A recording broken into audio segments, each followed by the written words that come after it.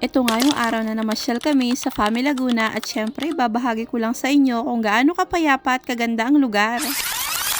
Diyos marahay na aldaw sa Indogabos. Samahan niyo nga ako sa isa na namang pahina ng aking nanay diaries. Inagahan nga talaga namin ang pag-alis dahil nga almost 3 hours din nga ang biyahe. First time ko nga makagala at malibot ang Laguna. Ang cute nga lang dahil nga bago pa kami makarating sa Fami, marami nga maliliit na bayan ang madadaanan namin. Pansin ko nga ay mataas na nga tong lugar hanggang sa nawalan na nga kami signal. Ito na at nagtatanong-tanong na kami. Marami nga din kami nadaanan na camping resorts dito at pinakadulo nga sila. Yun nga lang parang kinula nga lang sila ng signage. Kaya ayun nga nagtanong-tanong na nga lang kami. Hanggang may nadaanan nga kaming barangay staff at may binayaran kaming environmental fee, 20 pesos lang. Kuya, May alam niyo yung kay Lolo Ben? cottage. Environmental fee is 20. Siya ata si Lolo Benz. Ayun, si Lolo Ben. Hello po Lolo Ben Benz. to eh. Hello po Lolo Ben.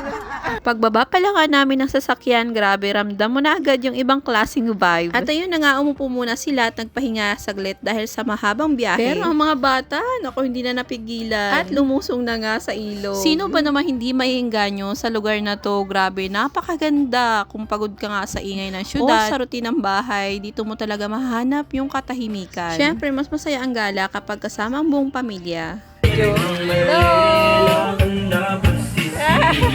Yeah. Hopa!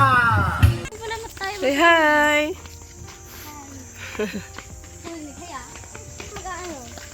Bili nga po kami ng Coke. Siyempre, naghahanap yung mga bata ng Coke. Ayan, papunta kami sa tindahan. May Sprite po. Sprite okay lang sa inyo o Coke? May langka sila, oh.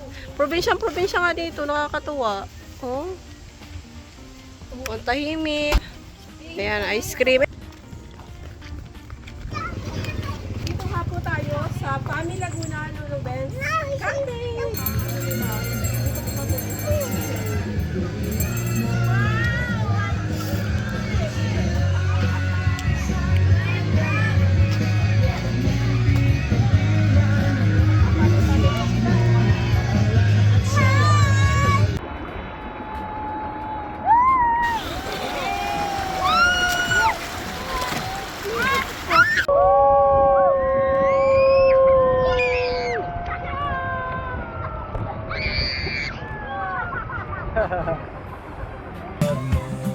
Mag-ihaw. Ano?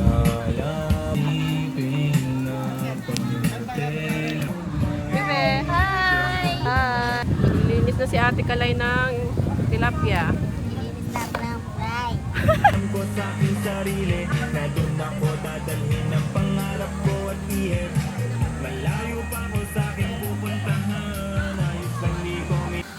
Kakain na po kami.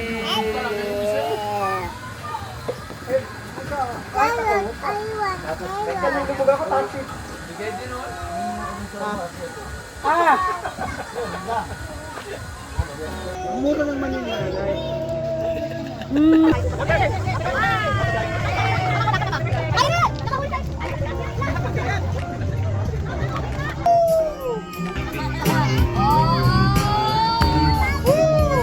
Ayo, tingnan nyo na lang. Tingnan nyo na lang.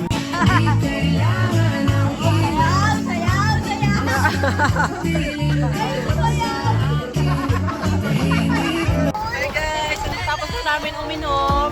So, nandito kami, makalasing na. Hindi naman, joke lang. So, nainito na kami, kaya magbabawas na kami sa tubig. Oh, picture! Picture! Wow! Ang sarap! Wow! Sarap! Hi guys!